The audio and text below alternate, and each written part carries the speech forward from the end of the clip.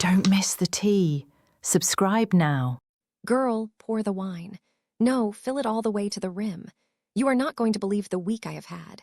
I know I've dropped hints about my in-laws, but I need to spill the whole tea because I am literally questioning my own sanity right now. I feel like I'm being gaslit by an entire side of the family. So, you know how since the baby came, things have been tense? That is the understatement of the century.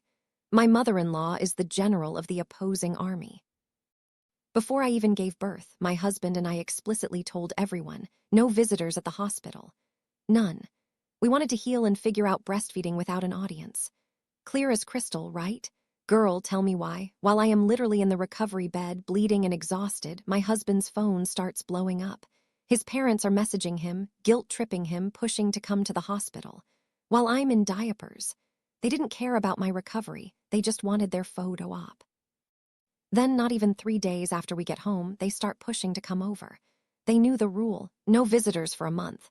But they just bulldozed right over it. We were too weak to fight, so we let them in. Spoiler alert, it was the beginning of the end of my boundaries. Fast forward to when the baby is 6 weeks old. My in-laws message us on a Friday night at 8:00 p.m. We made brunch reservations for tomorrow at 10:00 a.m. Come with the baby. I stared at the phone. 10:00 a.m. is right in the middle of his nap. We politely texted back, sorry, we can't make brunch because of his schedule, but come over after brunch when he's awake. Girl, they lost their minds. They argued about the timing, called us not chill, and then dropped the creepiest line ever. We don't mind watching him sleep. What? No, I don't want people hovering over my sleeping infant like vultures. It's weird. My in-laws literally told us they wanted to watch the baby sleep after we refused to break his nap schedule for brunch. It gets so much worse. After we stood our ground, my mother-in-law calls my husband, full-on sobbing, screaming, "You don't want us in his life. You're keeping him from us." This is despite the fact that we send photos constantly and invite them over. It's classic emotional manipulation. But wait, when the baby was 7 months old, we let them watch him for a weekend. I was terrified, but I wanted to trust them. I made a detailed, idiot-proof care guide. Feeding times, sleep rituals, everything. I handed it to them. They requested it. They acted like they wanted to do it right. When we came back, it was chaos. It was clear they didn't look at the guide once. They stuffed him full of solids and didn't track any bottles. And the sleep, oh my God. My mother-in-law decided, in her infinite medical wisdom, that because the baby coughed once in his sleep, she needed to wake him up. She woke a sleeping baby. And then, instead of putting him back down, she forced him to lay on her chest for 4 hours. He wasn't comfortable. He was squirming. He was overtired and dysregulated because she kept him awake way past his limit just so she could have her cuddle time. She prioritized her desire to hold him over his physical need for rest. And the communication, non-existent. We were chasing them the whole weekend for updates. How is he? Did he eat? All we got back was, he's fine, he's happy. Lies, all lies. Since the weekend from hell, where my in-laws woke my sleeping baby just to cuddle him, his sleep is destroyed. It's been 2 months and he still hasn't gone back to sleeping independently. And does my Mill apologize? No. She brings up his sleep struggles constantly, but only to get reassurance from me that it's not her fault. The narcissism is blinding. It's not just the sleep, it's the physical boundaries.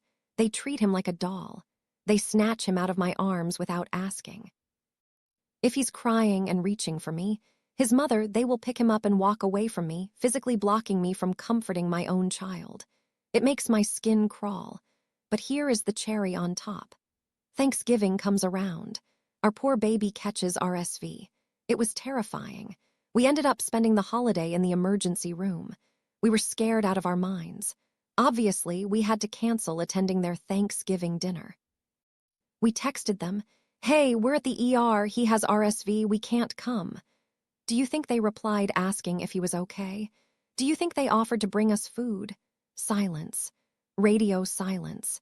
They were so mad that we ruined their dinner plans that they didn't even check in on their sick grandson. They ghosted us while we were in the hospital. They ghosted us while our baby was in the ER with RSV because they were mad we missed Thanksgiving dinner. Then Christmas rolls around. Because his sleep is still wrecked from the time they babysat, we told them we could only visit for one wake window. We show up, and they were so cold, pouting like teenagers. They announced they were preemptively withdrawing from our family trip later this year just to be petty. They spent the whole visit making passive-aggressive comments like, "We barely even know him," and kept stalling when we tried to leave, ignoring the fact that the baby was melting down. So here we are today. Despite the RSV ghosting and the sleep sabotage, we are still trying. But I've hit a wall. They messaged us yesterday. "We want to come visit this weekend." My gut said, "Absolutely not in my house." I don't want them cornering me in my living room. So I told my husband, we can meet them at a restaurant, a neutral location where they can't physically trap us. My husband told them lunch, and guess what? They are pushing back hard. They said no to the restaurant. They said they want to come to our house so they can have floor time with him. Floor time. It means they want to crawl all over him, ignore his cues, and stay for 4 hours while I bite my tongue. I want to say no. I want to say, it's a restaurant or nothing. But my husband hates conflict, and I'm starting to feel like the villain. Am I being unreasonable? Am I being a crazy mom? Because I feel like I'm protecting my child from people who treat him like a prop. Tell me I'm not crazy. Tell me it's okay to say no floor time. Because if I have to watch my mill wake him up one more time, I might end up on the news. Pass the bottle. I need a refill.